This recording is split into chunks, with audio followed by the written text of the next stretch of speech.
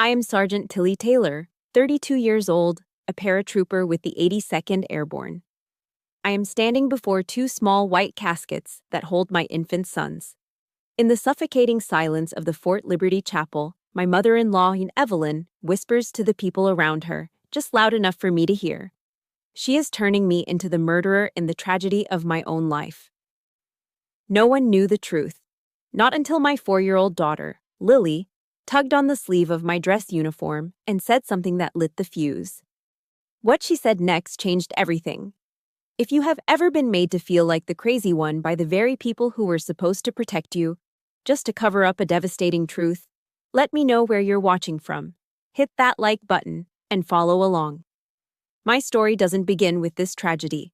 It begins with the promise of a family, a promise that became a deadly trap. The fabric of my Army service uniform, my dress blues, was the only thing holding me upright. It was a cage of perfectly pressed dark blue wool and starched white cotton, and inside it, my skeleton had forgotten how to stand on its own. The seams dug into my skin, a constant grounding pressure against the formless, floating horror of the moment. I registered the sensation clinically, the way a soldier assesses their gear before a jump. Stiff, secure, functional. I wasn't listening to the chaplain's words. I saw his mouth move, saw the gentle, practiced sympathy in his eyes, but the sound was replaced by a low hum inside my own head. My focus was absolute, narrowed down to two objects at the front of the chapel, the caskets of my sons, Ethan and Elijah. They were so white they seemed to absorb the light from the stained glass windows. But more than their color, it was their size that felt like a physical blow. They were absurdly, impossibly small. The sight of them defied all logic, a statistical error in the universe that my mind refused to compute. 6 feet to my left, but a universe away, sat my husband, Noah. He wasn't looking at the caskets. He wasn't looking at me. His head was bowed, his shoulders slumped, and he was entirely lost in a world I couldn't reach. A world, I knew, that was governed by his mother. His silence was a presence of its own in the room, a heavy, suffocating blanket. It was a more brutal accusation than any word Evelyn could ever speak, because it came from the one person sworn to be my ally. And Evelyn, my mother-in-law, was giving the performance of a lifetime. Dressed in an impeccably tailored black dress, a single strand of pearls at her throat, she was the very picture of the grieving Southern matriarch. She moved through the pews with a tragic, fragile grace, dabbing a lace handkerchief at her dry, watchful eyes. I saw her approach my commanding officer, Colonel Miller. She laid a delicate hand on his arm, her voice a sweet, heartbroken whisper that carried in the chapel's acoustics. "She always put her career first, Colonel," she murmured, shaking her head with a profound, performative sorrow. I begged her to slow down. For the babies. Each word was a perfectly aimed projectile, designed to shatter my reputation. To a young Army wife sitting behind me, her approach was different, more intimate, a woman-to-woman confidence. "Postpartum depression is such a terrifying thing," Evelyn whispered, her voice laced with feigned concern. "I tried to help, you know. I offered to stay over, to take the night feedings, but she pushed everyone away." She was planting seeds of doubt in the very community that was my bedrock.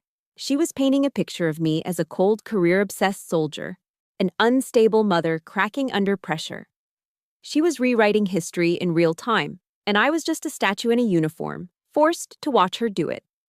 I stood there, paralyzed, as my honor. The one thing a soldier has that can never be taken, only surrendered, was being systematically dismantled. Then came the moment that solidified my isolation. A fellow sergeant, a tough-as-nails paratrooper named Diaz, who had jumped into more hostile territory than I could count, walked over and placed a firm, comforting hand on my shoulder. It was a simple gesture of solidarity, a silent message. "I see you. I'm with you." I felt a flicker of warmth, the first thing I had felt all day. But I saw Noah, out of the corner of my eye, refuse to even lift his head. He didn't acknowledge Diaz. He didn't acknowledge me. He just sat there, a hollow man in a suit. Evelyn saw it too. Like a predator sensing a weakness, she was at his side in an instant. She didn't look at me. She gently took Noah's arm, her touch both soft and controlling. "Come on, sweetie," she cooed, as if speaking to a child. "Let's go say hello to Mr. Henderson from your office." And just like that, he stood up, obedient. He allowed himself to be led away, leaving me standing utterly alone with Diaz's hand still on my shoulder. The warmth vanished, replaced by an arctic chill that sank deep into my bones.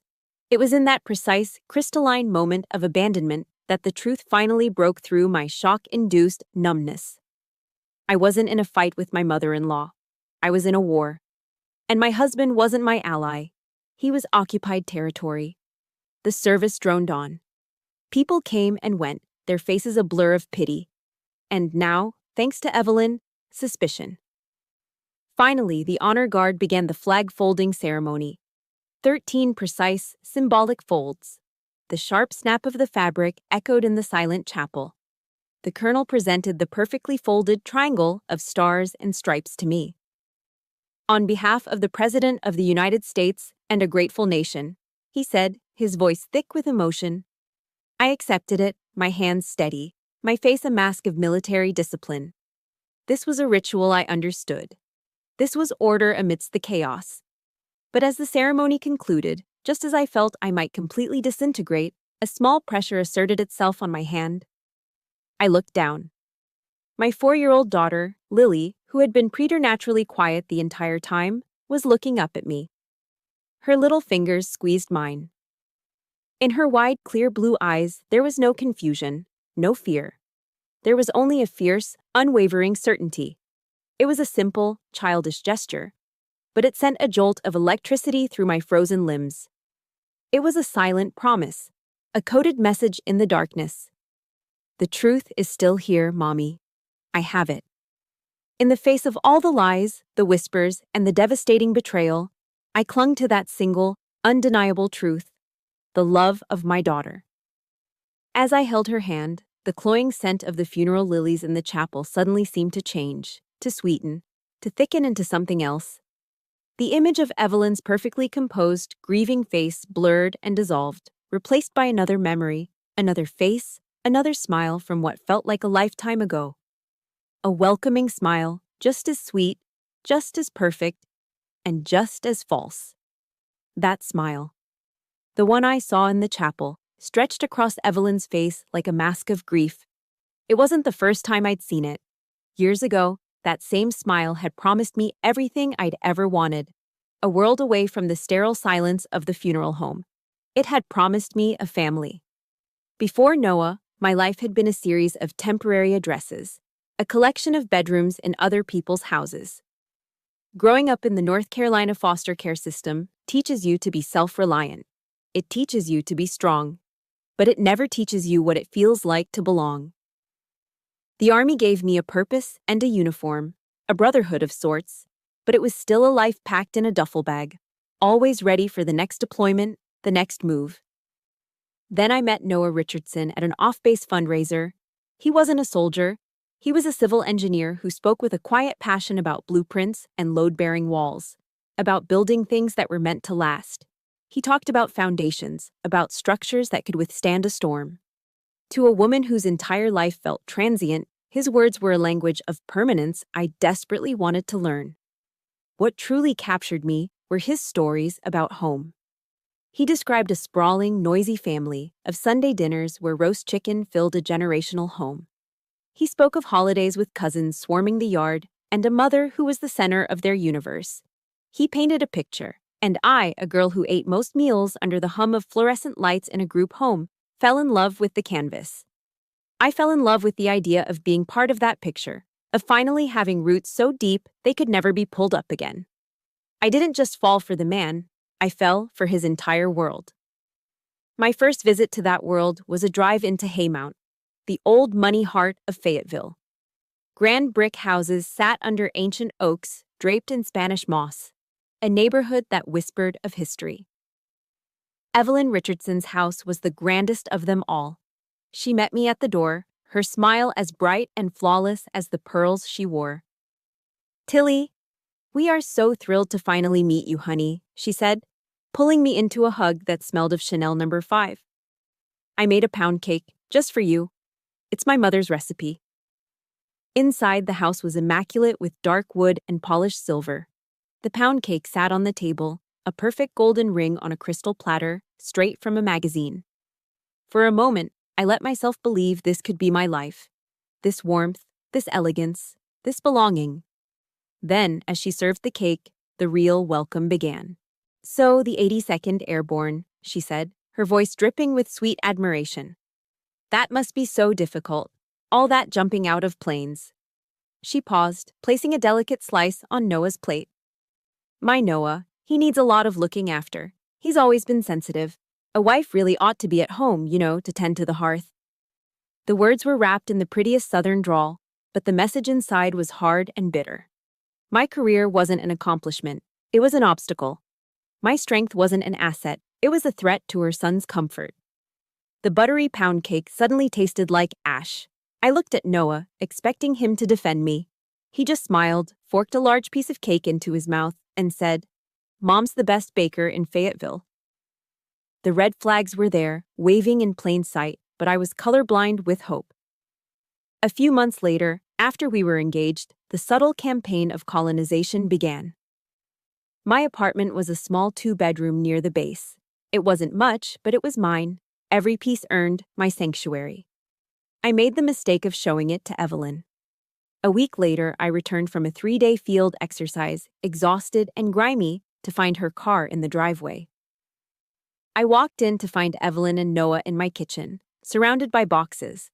My pots and pans were stacked, my utensil drawer empty. "We're just helping you get organized, sweetie," Evelyn chirped, wiping her hands on an apron she'd brought. She pointed to new shelves on the wall. "See? A much more efficient use of space. It'll make cooking for Noah so much easier for you." My entire kitchen had been rearranged. Her system had replaced mine. I felt a hot surge of anger, a feeling of being violated. "Evelyn," I started, trying to keep my voice even. "I liked the way it was. This is my kitchen." Noah immediately stepped in, putting an arm around my shoulder, playing the peacemaker. "Hey, take it easy," he said softly, his voice meant to soothe. "Mom was just trying to help. You're overreacting." "You're overreacting." The words hit me harder than any physical blow. It was the first time my reality had been flatly denied by the man I loved. My feelings weren't valid, they were an overreaction. My personal space wasn't sacred, it was subject to his mother's approval. In that moment, watching him stand beside her, a united front against me in my own home, the first deep crack appeared in the foundation I thought we were building. My throat tightened. I, a paratrooper trained to command respect, had been dismissed like a hysterical child. And I let it happen. I swallowed my anger and said nothing more. My best friend in the unit, Maria, saw right through it. We were cleaning our rifles in the armory a few days later when I told her what happened. She stopped, looked me dead in the eye, her expression hard. "She's training you, Taylor," she said, her voice low and serious. "That's a classic psychological warfare tactic. Invade and occupy. She's teaching you how to surrender without a fight. Don't you dare let her win." I laughed it off. I told her she was being too dramatic, that she didn't understand Southern mothers. But her words stuck with me, a cold little knot in my stomach. I ignored them. I chose to believe in the dream, in the Sunday dinners and the family photos on the wall. I believed my love for Noah was strong enough to build a bridge over any troubled water. I was a fool. I wasn't building a bridge. I was marching willingly into a guerrilla war in a hostile territory with no training, no allies, and no understanding of the enemy. Ignoring Maria's warning was the biggest tactical error of my life. I'd walked into my marriage believing it would be a sanctuary, a fortified position against the world. Instead, it became a territory under constant low-grade siege, and the invading force wore my mother-in-law's smiling face. My life fell into a predictable, soul-crushing rhythm. I'd leave for a few days of field training, sleeping in the dirt, running miles with a full pack, feeling competent and in control. And I would return to a home that had been subtly Evelyn-ized. New floral curtains in the living room. The couch angled differently. A framed picture of Noah as a child suddenly appearing on the mantelpiece. She was always there when I got back. A pitcher of sweet tea on the counter and a deceptively warm smile on her face. "I just came by to make sure Noah was all right while you were gone, dear," she'd say, never admitting she was occupying my space, always positioning herself as the selfless helper. The insidious part was how Noah enabled it. He'd wrap an arm around me, kiss my forehead, and say, "It's so great having Mom here when you're away. I don't get lonely." He meant it as a compliment to her, but it felt like a knife twisting in my gut. Each time he said it, the unspoken message was clear. My presence was not essential. My absence was an inconvenience easily filled by his mother. When I found out I was pregnant with Lily, Evelyn's quiet incursions escalated into a full-scale invasion. "A soldier can't possibly raise a baby all on her own," she announced to the family during one of those Sunday dinners I once dreamed of. "I'll find a place closer by, to help out." It wasn't an offer. It was a declaration of intent. And she did, moving into a condo just 10 minutes away. The day we brought Lily home from Womack Army Medical Center, Evelyn was already there, waiting. She had effectively taken command of my home. And from that moment on, she began a relentless campaign to strip me of my role as a mother. She criticized the way I breastfed. "Are you sure she's getting enough? She seems fussy." She hovered over me when I changed a diaper. "You need to be more careful around her navel, Tilly." She used my identity as a soldier, the very thing I was proud of, as a weapon against me. "The way you soothe her is as rigid as training a recruit," she'd say with a condescending little laugh. Or, "Let me, dear. You're used to giving orders, not being gentle." The breaking point, the moment that burned itself into my memory, came on a sweltering North Carolina night. Lily was only a few weeks old, colicky and crying inconsolably. I had been walking her, rocking her, singing to her for hours. I was exhausted, my uniform from the day still on, my hair a mess, my body aching. But she was my daughter, and I would have walked to the ends of the earth for her. Finally, her cries began to soften into whimpers. I was humming a lullaby, my cheek pressed against her warm, downy head, feeling that primal connection, that fierce, all-consuming love. Suddenly, my bedroom door opened. Evelyn stood there, hands on her hips, her face a mask of disapproval. "You don't know how to be a mother," she said, her voice cold and sharp. Before I could even process the words, she strode over, plucked Lily from my arms, and cradled her expertly. "Let me," she commanded. "You go rest." My arms felt empty, cold. I looked past her, my eyes pleading with my husband, who was standing right behind her in the doorway. I was waiting for him to step in, to defend me, to tell his mother she had crossed a line that should never be crossed. And Noah? He just nodded. If you've ever had a mother-in-law, or even your own mother, undermine you and tell you that you're doing it wrong with your own child, support me with a like and comment with a simple, "I understand," below. You have no idea how much it means to not feel alone. Her control extended to the one thing that was supposed to bring comfort: food. Evelyn was a master of Southern cuisine, and she wielded her cast-iron skillet like a weapon. When I was struggling to lose the baby weight, my kitchen would be filled with the irresistible smells of her fried chicken, buttermilk biscuits, and creamy mac and cheese, all of Noah's favorites. "You need to eat up, honey," she'd say to me, piling my plate high. "You're too thin to have good milk for the baby." It was an order disguised as care. But then, I'd overhear her talking to Noah in the other room, her voice a conspiratorial whisper. "She's really letting herself go, isn't she? It must be the stress of her job." She had engineered a perfect no-win scenario. If I didn't eat her food, I was a bad mother neglecting my child's nutrition. If I did eat it, I was a slob who no longer cared about her appearance. Every meal became a test, another opportunity for me to fail. The final thread of my hope snapped one evening after a particularly grueling week. Lily was asleep. Evelyn had finally gone home. The house was quiet. I found Noah in the living room, reading a book. The dam of my exhaustion and suppressed rage finally broke. Tears streamed down my face as I sank onto the floor in front of him. "I can't do this anymore, Noah," I choked out, the words raw and desperate. "I can't. Your mother is taking everything from me. She's taking our daughter." He put his book down and knelt in front of me, pulling me into an embrace. For a fleeting second, I felt a surge of hope. He held me, stroked my hair. But then he spoke, and his words extinguished that hope forever. "You're just tired, honey," he said, his voice calm and patronizing.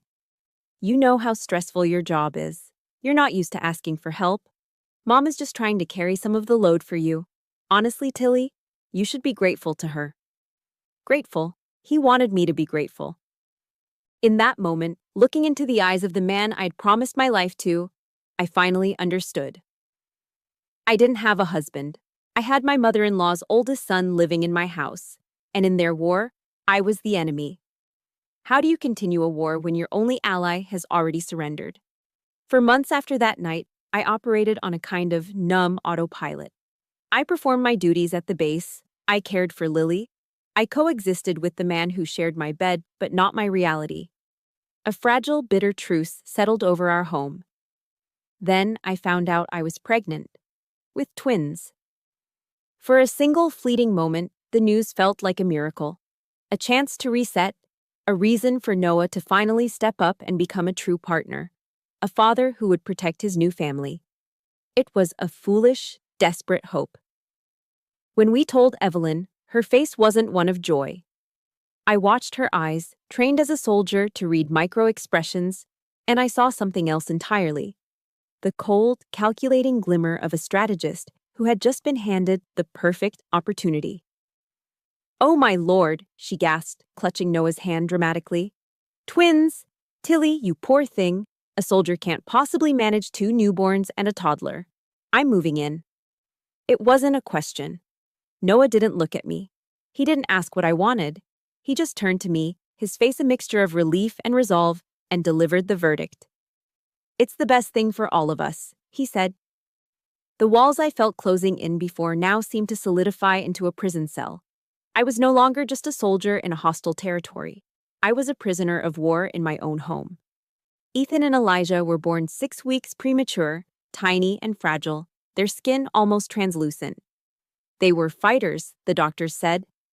But they needed quiet, rest. Evelyn used their fragility to seize complete control. She took over the night feedings. "You need to rest and recover, Tilly," she'd insist, shooing me out of the nursery. "A soldier's body needs to heal properly." But my soldier's body and my mother's intuition knew something was wrong. A deep, primal alarm bell was ringing incessantly in my gut. The boys weren't just resting, they were unnaturally still. They slept with a terrifying lethargy, a profound quietness that felt less like peace and more like absence. They rarely cried for food, their little bodies were limp, and they weren't gaining weight. I knew, with the certainty of a paratrooper checking their static line, that this was not normal. I tried to tell Noah. I cornered him in the kitchen one night, my voice a low, urgent whisper. "They're sleeping too much, Noah. It's not right." He wouldn't meet my eyes. He just kept stirring his coffee, shrugging. "They're preemies, Tilly. Preemies sleep a lot. You're just being an over-anxious mom." He dismissed my concerns the same way he dismissed everything else. My training, my instincts, my reality. None of it mattered. The horrifying truth came from the one person whose world was still simple enough to be honest. One afternoon, I was sitting on the floor with Lily, reading The Very Hungry Caterpillar. We got to the page with all the food the caterpillar eats on Saturday. Lily pointed a chubby finger at the illustration of the sugar shaker. "Grandma has sugar powder like that, Mommy," she said matter-of-factly. My blood ran cold. I forced myself to keep my voice light, playful. "Oh yeah? What does Grandma do with her sugar powder, sweetie?" I asked, my heart hammering against my ribs. Lily looked up at me, her big blue eyes wide and innocent. "She puts it in Ethan and Elijah's milk," she said. "She says it's her special angel dust. She says it helps them sleep like little angels so they don't bother Daddy." Angel dust. The 2 words shattered my world. Every cell in my body went into high alert. I scooped Lily up, my movements jerky, and marched out into the living room where Evelyn was knitting and Noah was reading the paper. The domestic tranquility of the scene was grotesque. "What have you been putting in their bottles?" I demanded, my voice shaking with a rage so profound it felt like it would split me in two. Evelyn's performance was instantaneous and flawless. Her eyes welled with tears, her hand flew to her chest as if I had physically struck her. "My goodness, Tilly, what are you talking about?" she cried, her voice trembling. She turned to Noah, her face a perfect portrait of a wounded victim. "Noah, do you hear her? The poor thing is having delusions. It's the postpartum stress." I held up Lily. "Our daughter just told me. She told me you've been putting your sleeping pills in their milk." Noah stared, not at his mother, but at me. And in his eyes I saw no concern for our sons. I saw only pity and fear. Fear of me. He stood up slowly, as if approaching a wild, unpredictable animal. "Tilly," he said, his voice laced with that same patronizing calm that had destroyed me before. "You need to put Lily down. You're not well. You need to see a doctor." He called me crazy. At the exact moment I was trying to save our children's lives from his own mother, he stood there and called me insane. That was it. That was the moment every last shred of hope I had for us, for our family, disintegrated into nothing. It was the ultimate, unforgivable betrayal. My mind screamed, a silent, primal roar of a mother watching her cubs being dragged away. But on the outside, I just froze. That night, Evelyn insisted on taking the boys again. "They need a calm environment," she said, looking pointedly at me. Noah agreed. He helped her.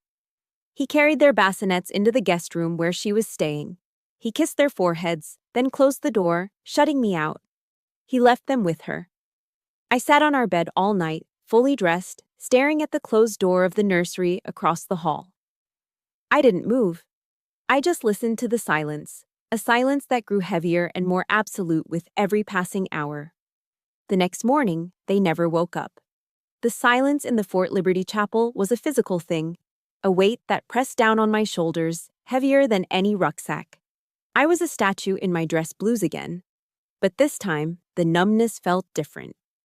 It wasn't the hollow shock of Chapter 1. It was the dense, cold vacuum left behind by a black hole that had consumed my entire world. The two small white caskets were back in the same spot, but today they represented not just a tragedy, but a crime. My crime, according to the whispers that now followed me everywhere. Evelyn, the architect of my ruin, was preparing for her final performance. She ascended to the pulpit, a grieving grandmother in her finest black dress, clutching a lace handkerchief. The spotlight was hers, and she played her part with masterful precision. She began by sharing saccharine memories of Ethan and Elijah, memories she'd invented, painting herself as the doting, heartbroken matriarch. Then the poison began to seep out.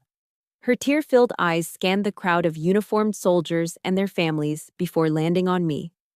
Her expression was one of profound, theatrical pity. "We cannot pretend to understand God's will," she said, her voice breaking beautifully.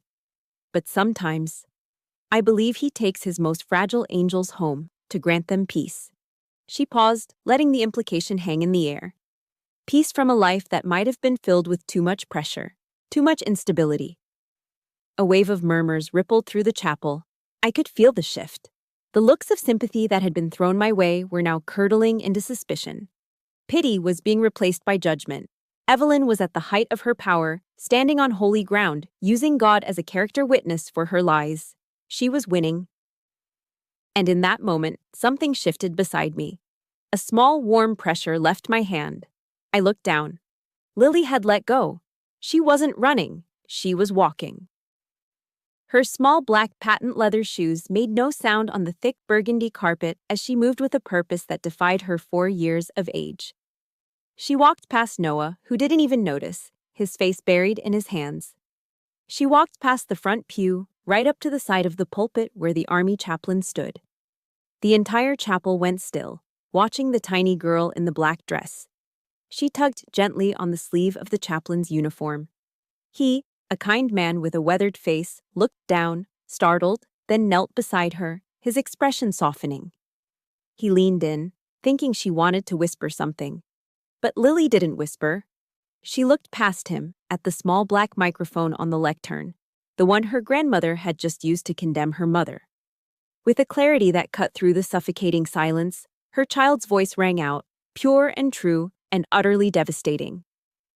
Grandma put the white powder in the baby's milk. 9 words. They didn't explode. They simply hung in the air, crystalline and sharp, each syllable a shard of glass. No one moved. No one breathed.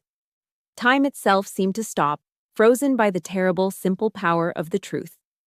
Noah's head snapped up, his face a canvas of stunned disbelief.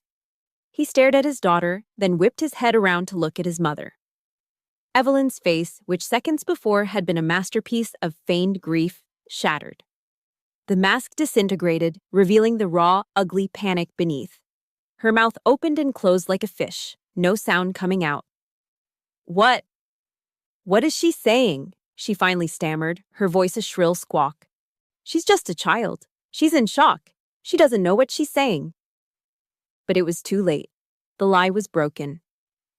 Across the aisle, my commanding officer, Colonel Miller, a man who had spent 30 years reading people in life and death situations, rose to his feet.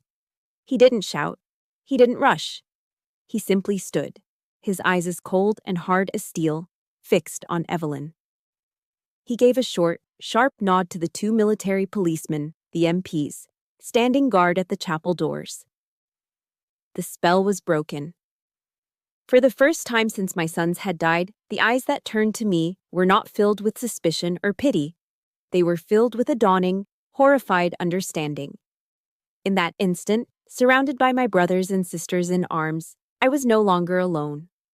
I was a soldier, and my unit was finally seeing the enemy.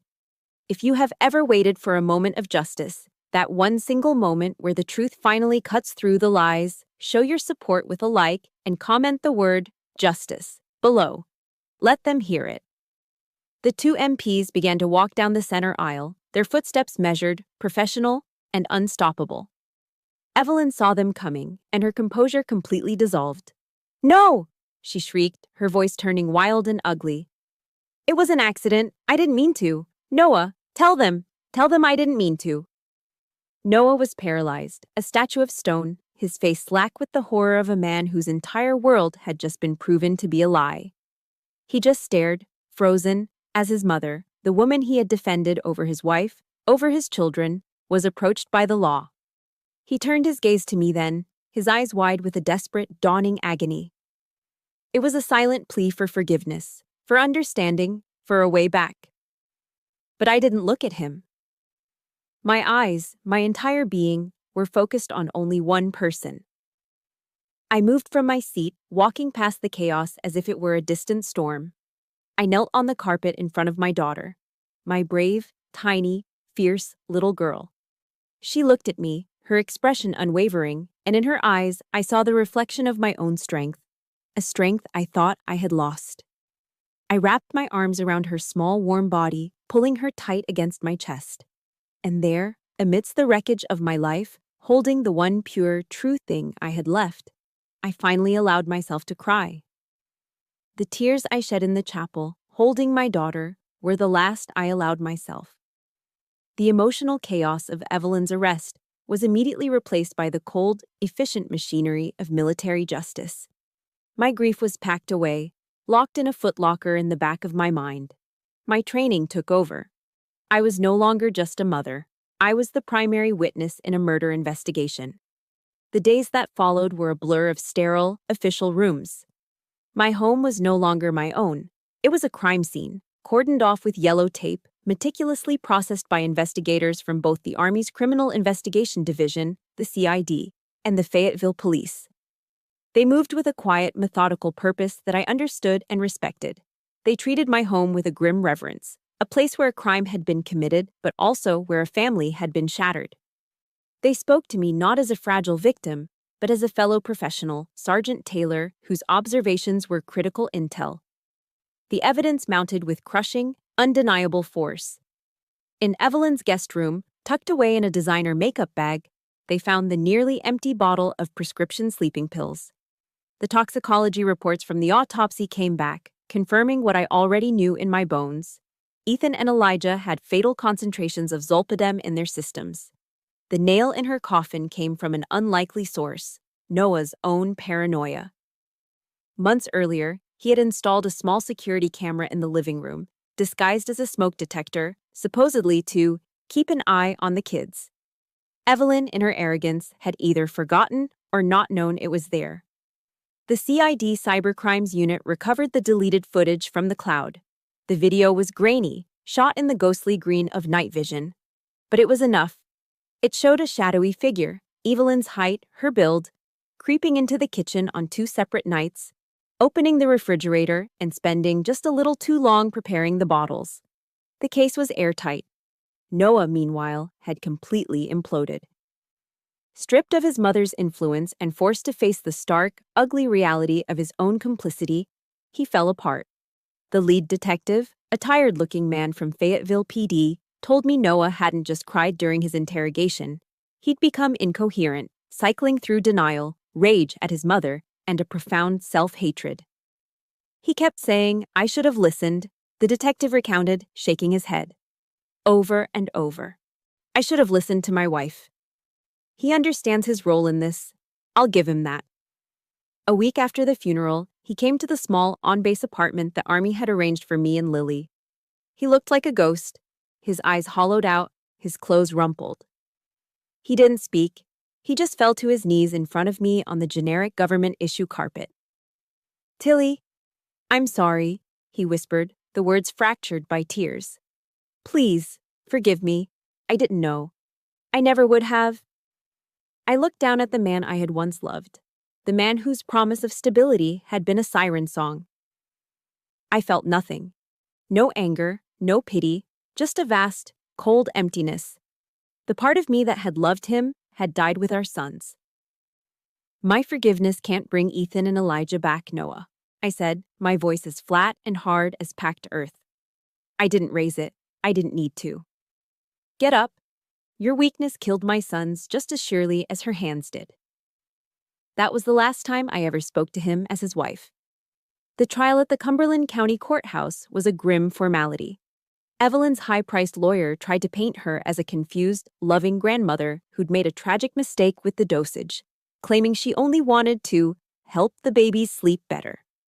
But the prosecuting attorney, a sharp woman with an unshakable voice, didn't resort to theatrics. She simply laid out the evidence, brick by brick, building an inescapable prison of facts around Evelyn. She presented the toxicology reports as clinical certainties. She played the grainy security footage on a large screen for the jury to see, the ghostly green figure of Evelyn becoming a specter of calculated malice. She concluded with the damning testimony of Lily's child therapist, who relayed the story of the angel dust. When the jury foreman stood to read the verdict, the courtroom was silent. I sat in the front row, flanked by Colonel Miller and my friend Maria. They weren't just my comrades, they were my honor guard, a silent, uniformed wall protecting me from the stares and whispers. "On the charge of 2 counts of first-degree murder," the foreman said, his voice steady, "we, the jury, find the defendant, Evelyn Richardson, guilty." A strangled sob erupted from Evelyn as she collapsed in her chair. A wave of relief and quiet murmurs washed over the courtroom. But I felt no joy, no triumph. As the judge handed down a sentence of life in prison without parole, I only felt the immense, crushing weight of what had been lost. Justice had been served, but my sons were still gone. The victory was hollow, a crater where a family used to be. The following week, I walked into the JAG office on post. The Judge Advocate General's Corps is the Army's legal arm, providing free counsel for soldiers. A sharp, no-nonsense captain with tired but kind eyes listened to my story. I didn't cry. I laid out the facts like a mission briefing, concise and chronological. He didn't interrupt, just nodded, his respect for my composure evident.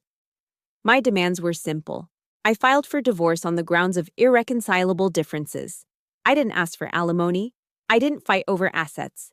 I wanted only 2 things: sole, absolute legal and physical custody of Lily, And for the house, that monument to my broken dreams, to be sold immediately, the proceeds split however the court saw fit. I never wanted to set foot in it again. When the captain placed the divorce papers in front of me, my hand was steady. The pen felt heavy, not with hesitation, but with the finality of a life I was now closing the door on. As I signed my name, Tilly Taylor, on the dotted line, I wasn't just ending a marriage. I was formally acknowledging a painful truth. The family I had so desperately wanted, the one I had compromised my own instincts to protect, had never been real. It was a toxic mirage. And with one final decisive stroke of the pen, I was walking. The stroke of the pen that signed away my marriage was a quiet, legal severing. The days that followed were the physical manifestation of that act, a loud, messy exorcism of a life that was no longer mine. I stood in the middle of the living room of the Haymount house, surrounded by a sea of cardboard boxes and packing tape. Each object I touched was a ghost, a memory I had to decide whether to keep or banish.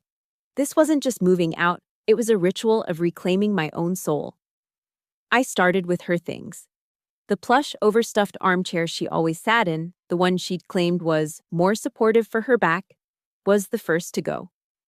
I didn't sell it. I dragged it to the curb with a free sign taped to it, a satisfying thud echoing its finality. The gaudy floral curtains she'd insisted would brighten the place up were torn down from the rods, the sound of ripping fabric like a small scream of liberation. I packed them in a black trash bag. Every item she had brought into this house, every subtle mark of her occupation, was systematically purged. Then I came to the wedding album. It lay on the coffee table, a heavy leather-bound book of lies. I opened it, my hands steady. There we were, me, young and naive, blinded by the desperate hope for a family. Noah, smiling, already a shadow of the man he could have been. I didn't cry. I felt a profound, surgical detachment. I carefully removed every picture that contained just me or me with Lily. Then, without a moment's hesitation, I took the thick, heavy book with all its remaining glossy memories of Noah and Evelyn and dropped it into a cardboard box filled with trash. I was taking back control of my own story, editing out the characters who had tried to destroy the protagonist. The final test of that control came a few weeks later, just before Evelyn's appeal hearing was scheduled. The doorbell rang. I looked through the peephole, and my stomach tightened. It was Noah. He looked 10 years older, his face gaunt, his eyes pleading. I opened the door just a crack. "Tilly, please," he began, his voice raspy. I need you to write a letter to the judge, for my mother's appeal. Just to say, she wasn't in her right mind. That she's just a sick old woman who needs help." I looked at him, really looked at him, and saw the full, pathetic scope of his weakness.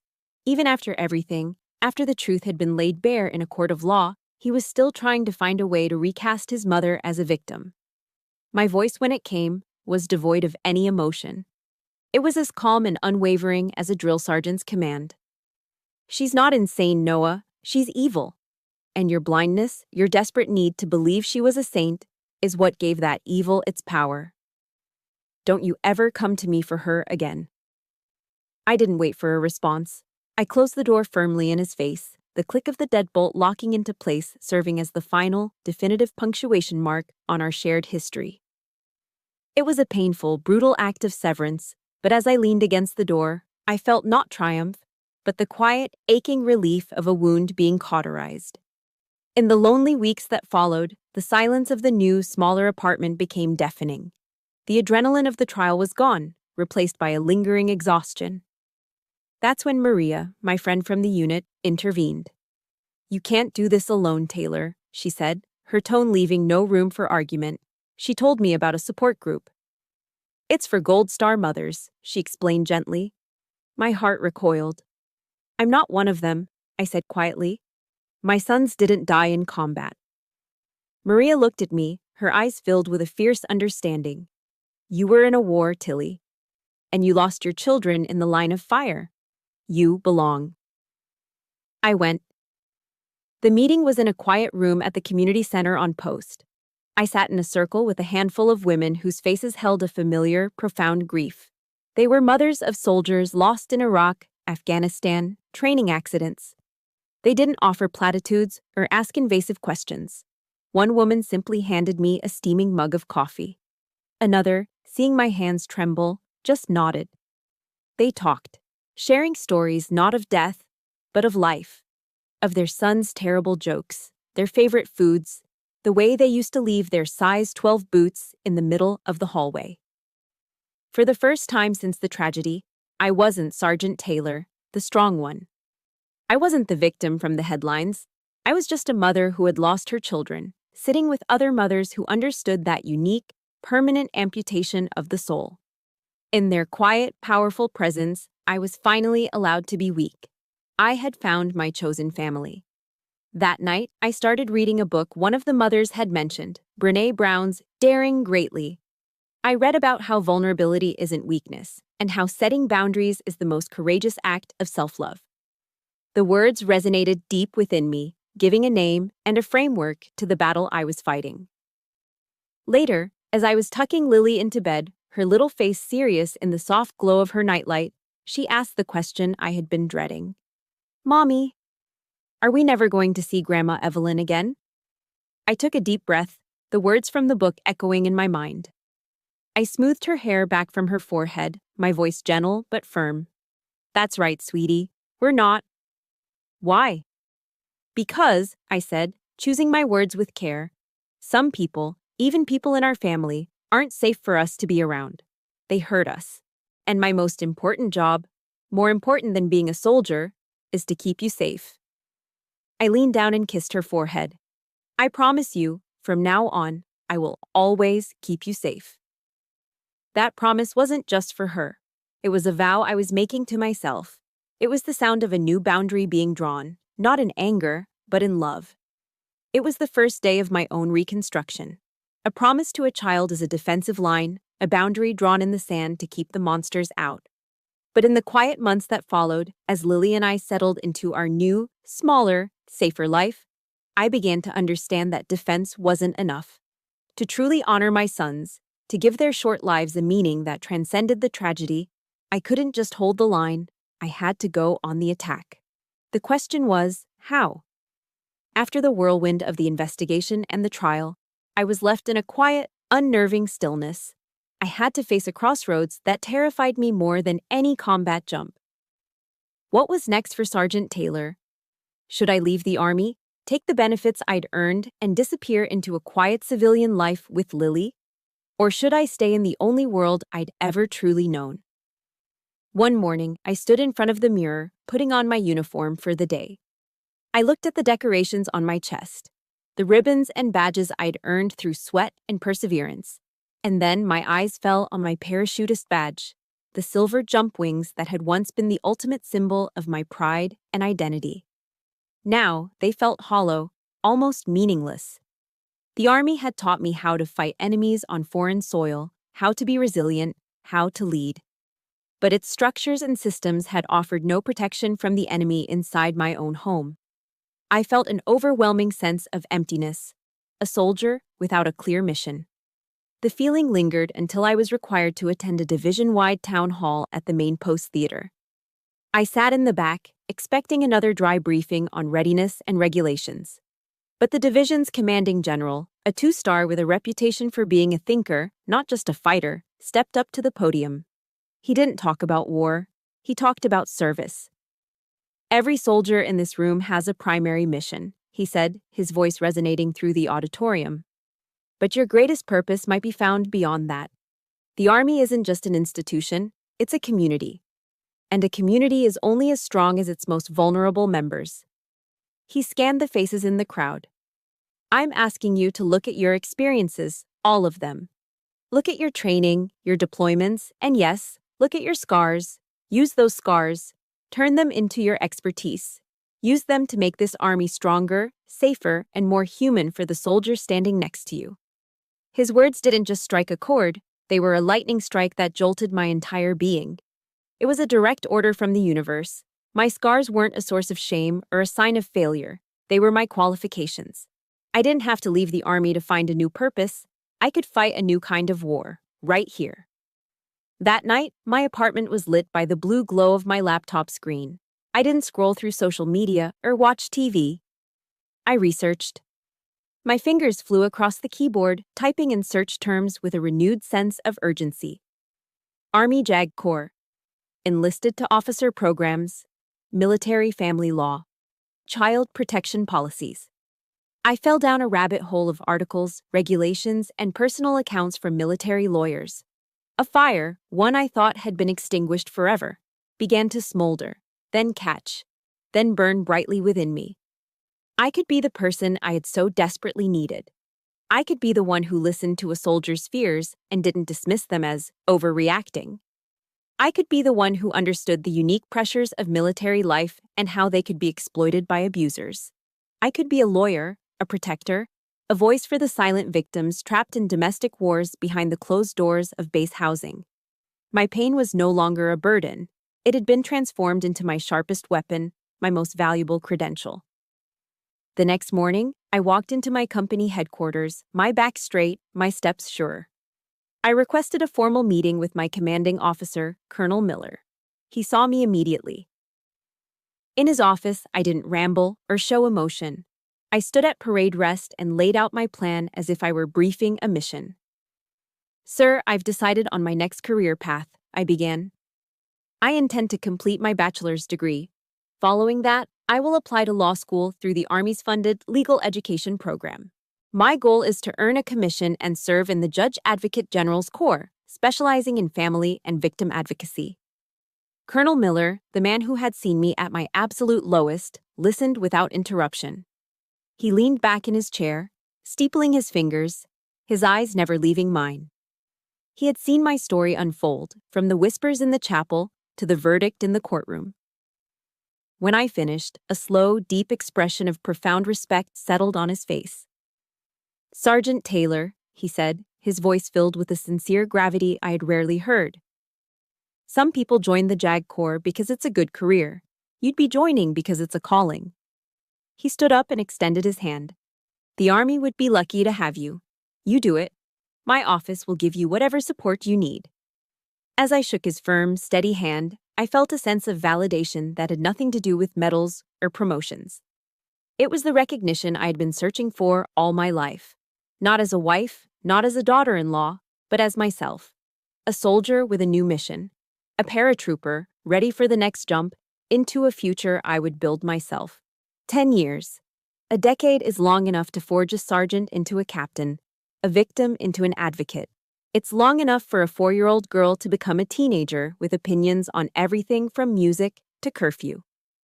And it's long enough to turn the raw, ragged edges of grief into the polished, solid foundation of purpose. I stood in a cold, windowless conference room deep within the maze of the Pentagon. The air was thick with the scent of institutional coffee and the quiet hum of immense power. I was Captain Tilly Taylor now, a lawyer in the Army's Judge Advocate General's Corps, my dress blues tailored and sharp, the silver oak leaf of my rank gleaming on my shoulders. Across the polished mahogany table sat a committee of generals and senior civilian officials, their faces impassive, their careers built on budgets, logistics, and the hard calculus of risk assessment. I was no longer the young paratrooper fighting for my own sanity. I was an officer, a seasoned attorney, presenting a policy proposal I had spent the better part of 3 years building. My voice was steady, my words precise, filled with the weight of my own unspoken experience. "Generals, sirs, ma'am," I began, my gaze meeting each of theirs in turn. "We are here today to discuss a critical vulnerability in our force readiness. It's not a gap in our armor or a flaw in our weaponry. It's the enemy that follows our soldiers home." I didn't just quote statutes and regulations. I told stories. They were composites, anonymized accounts drawn from the dozens of cases I had handled, the whispered confessions I had heard in my office.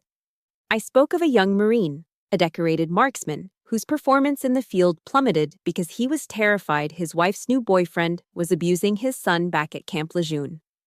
I spoke of a brilliant female intelligence analyst who was being systematically gaslit by her husband, a man who convinced her she was unstable, driving her to the brink of a breakdown and jeopardizing national security.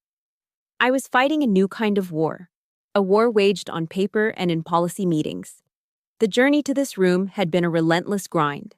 I'd faced the institutional inertia, the bureaucratic red tape that is the military's natural defense against change. I'd encountered colonels who believed with all their heart that a soldier's family is a private matter. I'd been told my proposals were too expensive, too complex, too invasive. But I had my paratrooper training to fall back on. I gathered my intelligence, the data linking domestic instability to decreased mission effectiveness. I built my alliances, finding sympathetic ears in the medical corps and among the chaplains. And I presented my operational plan with relentless, unyielding logic. A soldier cannot be effective downrange if they are fighting a psychological war at home, I argued, my voice ringing with the conviction of a survivor. The health of our military families is not a soft issue. It is a direct and measurable component of our strength as a fighting force. My proposal was comprehensive. It called for mandatory, confidential mental health screenings, not just for service members, but for their spouses and dependents upon arrival at a new duty station. It established secure, anonymous reporting channels for psychological abuse and coercive control, forms of harm that leave no visible bruises. Most importantly, it mandated advanced training for family advocacy program workers and command teams to recognize the subtle, insidious signs of manipulation before they escalated into tragedy. After my presentation, the questions came, sharp and skeptical. But for every challenge, I had a data point. For every objection, I had a counter-argument. And for every dismissal of the problem, I had the unspoken story of my own 2 sons. Months passed. The proposal went through revisions, committees, and endless reviews. Finally, the day came. An official memorandum was published, announcing the approval of a new, service-wide policy. It contained everything I had fought for. The policy had a dry, official title, Department of Defense Directive 6400.09. But that's not what the soldiers called it. Within the ranks, passed along in conversations and emails, it was given another name. They called it the Ethan and Elijah Initiative. The first time I heard it, spoken by a young sergeant I was helping with a custody case, the sound hit me with the force of a physical blow. I had to excuse myself, walking into the hallway and leaning against the cold wall, my eyes shut tight. The grief was still there, a permanent resident in my soul. But for the first time, it was joined by something else, a profound, overwhelming sense of peace. My boys' deaths were no longer a silent, private tragedy. Their names, which I had whispered into the darkness for 10 years, were now a symbol of hope and protection for thousands of military families. Their legacy was not of victimhood, but of sanctuary.